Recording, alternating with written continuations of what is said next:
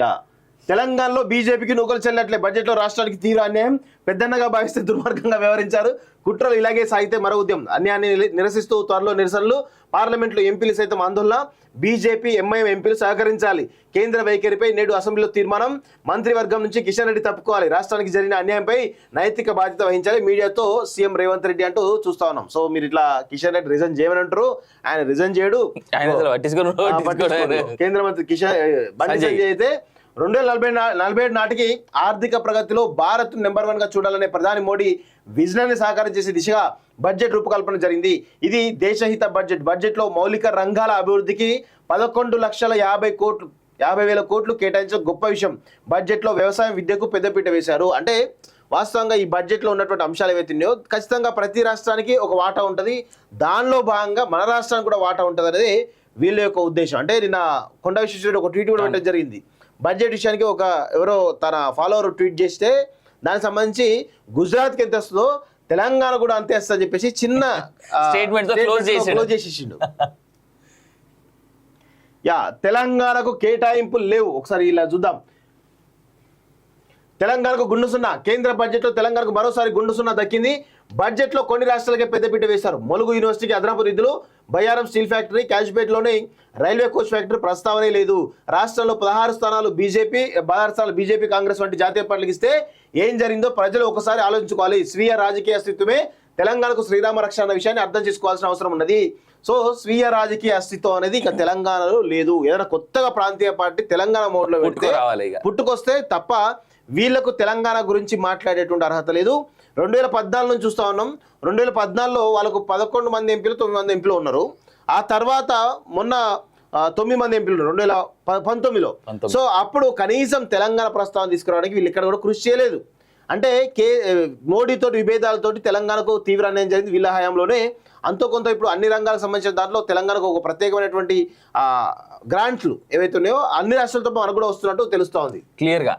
సమతుల్య బడ్జెట్, నిర్మలా సీతారామన్ ప్రవేశపెట్టిన బడ్జెట్ సమతుల్యంగా ఉన్నది. వీధి వ్యాపారుల నుంచి రైతులు, పారిశ్రామికవేత్తల వరకు ప్రయోజనం చేకూర్చే విధంగా బడ్జెట్ ఉంది. కోటి వరకు పట్టణ, పేద, మధ్యతరగతి కుటుంబాల గృహ అవసరాలను తీర్చేందుకు 10 లక్షల కోట్లు, 4 కోట్ల యువతకు ఉపాధి కల్పించడమే లక్ష్యంగా బడ్జెట్ లో కేటాయింపులు జరిగాయి. వ్యవసాయం, అనుబంధ రంగాలకు 1.5 లక్షల కోట్లు కేటాయించారు. పన్ను చెల్లింపుదారులకు ఉపశమనం కలిగించేలా పన్ను స్లాబ్ మార్చారు. పెరిగిన స్టాండర్డ్ డిడక్షన్ ద్వారా 4 కోట్ల మందికి మేలు జరగనున్నది అంటూ చూస్తున్నాం మనం. సిపిఐ ఎమ్మెల్యే వీళ్ళు ఎప్పుడు బడ్జెట్ అయితే మాజీ ఎంపీ వినోద్ కుమార్ కూడా నేను మొదటి నుంచి కూడా చూస్తాను, ఆయన కూడా ఇదే ధోరణి ఉంటది. సిపిఎం అంటే బడే భయాన్ని సంబోధించిన నో యూజ్, రాష్ట్ర విజ్ఞప్తులకు బడ్జెట్ లో కేంద్రం బేఖాతరు. నిర్మలా స్పీచ్ లో కనిపించిన తెలంగాణ పదం. 3 సార్లు ప్రధాని కలిసిన సీఎం రేవంత్ విభజన చట్టంలో హామీలు ఏపీకే పరిమితం, కాగితాలకే పరిమితమైన తెలంగాణ రిక్వెస్ట్లు వృధాగా మారిన రాష్ట్ర నేతల ఢిల్లీ పర్యటనలో వృధాగా ఏం మారలేదు. వాళ్ళు పోయి రాహుల్ గాంధీనో లేదు వాళ్ళనో వీళ్ళనో మోక్షం తీసుకున్నారు, అది తెలుసు మాకు. అది మల్లికార్జున్ ఖర్గే, ప్రియాంక గాంధీ, రాహుల్ గాంధీ, సోనియా గాంధీ. ఏపీ విభజన చట్టంలో ఇచ్చిన హామీలను అమలు చేయడంలో కేంద్రం నిర్లక్ష్యంగా ఉన్నదంటూ గత ప్రభుత్వంలో బీఆర్ఎస్, ఇప్పుడు కాంగ్రెస్ పార్టీలకు చెందిన సీఎంలు, మంత్రులు పలుమార్లు ఢిల్లీ వెళ్లి ప్రధానికి మొరపెట్టుకున్నారు. కేంద్ర మంత్రులు కలిసి మెమరాండం సమర్పించారు. కానీ చాలా హామీలు, విజ్ఞప్తులు ఎక్కడ గొంగలి అక్కడ తరహాలను ఉండిపోయాయి.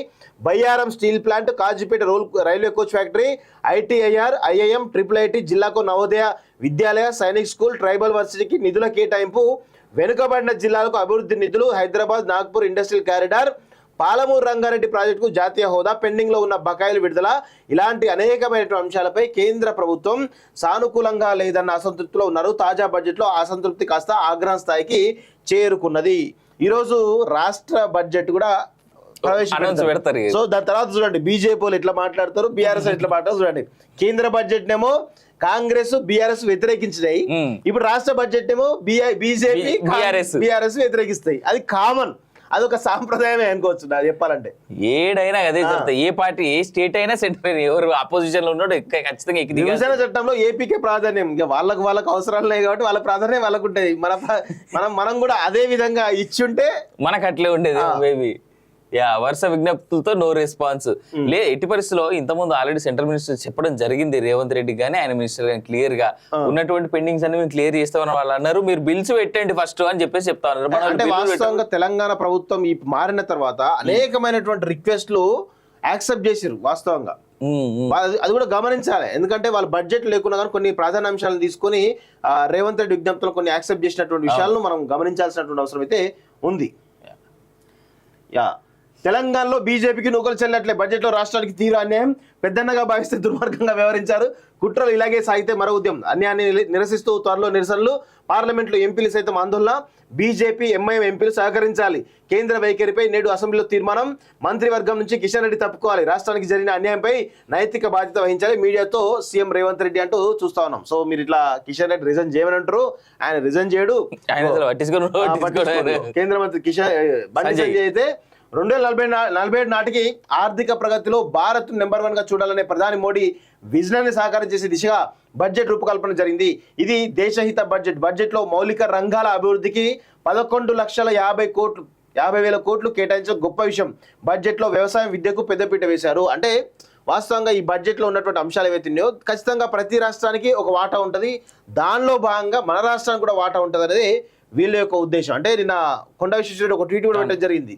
బడ్జెట్ విషయానికి ఎవరో తన ఫాలోవర్ ట్వీట్ చేస్తే దానికి సంబంధించి గుజరాత్కి ఎంత వస్తుందో తెలంగాణ కూడా అంతే వస్తుందని చెప్పేసి చిన్న స్టేట్మెంట్ క్లోజ్ చేసేసిండు. తెలంగాణకు కేటాయింపులు లేవు. ఒకసారి ఇలా చూద్దాం. తెలంగాణకు గుండు సున్నా, కేంద్ర బడ్జెట్ లో తెలంగాణకు మరోసారి గుండు సున్నా దక్కింది. బడ్జెట్ లో కొన్ని రాష్ట్రాలకే పెద్దపీట వేశారు. ములుగు యూనివర్సిటీకి అదనపు నిధులు, బయ్యారం స్టీల్ ఫ్యాక్టరీ, కాజ్పేటలోని రైల్వే కోచ్ ఫ్యాక్టరీ ప్రస్తావనే లేదు. రాష్ట్రంలో 16 స్థానాలు బీజేపీ కాంగ్రెస్ వంటి జాతీయ పార్టీలకు ఇస్తే ఏం జరిగిందో ప్రజలు ఒకసారి ఆలోచించుకోవాలి. స్వీయ రాజకీయ అస్తిత్వమే తెలంగాణకు శ్రీరామ రక్ష అన్న విషయాన్ని అర్థం చేసుకోవాల్సిన అవసరం ఉన్నది. సో స్వీయ రాజకీయ అస్తిత్వం అనేది ఇక తెలంగాణలో లేదు. ఏదైనా కొత్తగా ప్రాంతీయ పార్టీ తెలంగాణ మోడ్లో పెడితే పుట్టుకొస్తే తప్ప వీళ్లకు తెలంగాణ గురించి మాట్లాడేటువంటి అర్హత లేదు. 2014 నుంచి చూస్తా ఉన్నాం. 2014లో వాళ్ళకు 11 మంది ఎంపీలు, 9 మంది ఎంపీలు ఉన్నారు. ఆ తర్వాత మొన్న 9 మంది ఎంపీలు ఉన్నారు 2019లో. సో అప్పుడు కనీసం తెలంగాణ ప్రస్తావన తీసుకురావడానికి వీళ్ళు ఇక్కడ కూడా కృషి చేయలేదు. అంటే మోడీతో విభేదాలతోటి తెలంగాణకు తీవ్ర అన్యాయం జరిగింది వీళ్ళ హయాంలోనే. అంతో కొంత ఇప్పుడు అన్ని రంగాలకు సంబంధించిన దాంట్లో తెలంగాణకు ఒక ప్రత్యేకమైనటువంటి గ్రాంట్లు ఏవైతే ఉన్నాయో అన్ని రాష్ట్రాలతో మనకు కూడా వస్తున్నట్టు తెలుస్తా ఉంది క్లియర్ గా. సమతుల్య బడ్జెట్, నిర్మలా సీతారామన్ ప్రవేశపెట్టిన బడ్జెట్ సమతుల్యంగా ఉన్నది. వీధి వ్యాపారుల నుంచి రైతులు, పారిశ్రామికవేత్తల వరకు ప్రయోజనం చేకూర్చే విధంగా బడ్జెట్ ఉంది. కోటి వరకు పట్టణ, పేద, మధ్యతరగతి కుటుంబాల గృహ అవసరాలను తీర్చేందుకు 10 లక్షల కోట్లు, 4 కోట్ల యువతకు ఉపాధి కల్పించడమే లక్ష్యంగా బడ్జెట్ లో కేటాయింపులు జరిగాయి.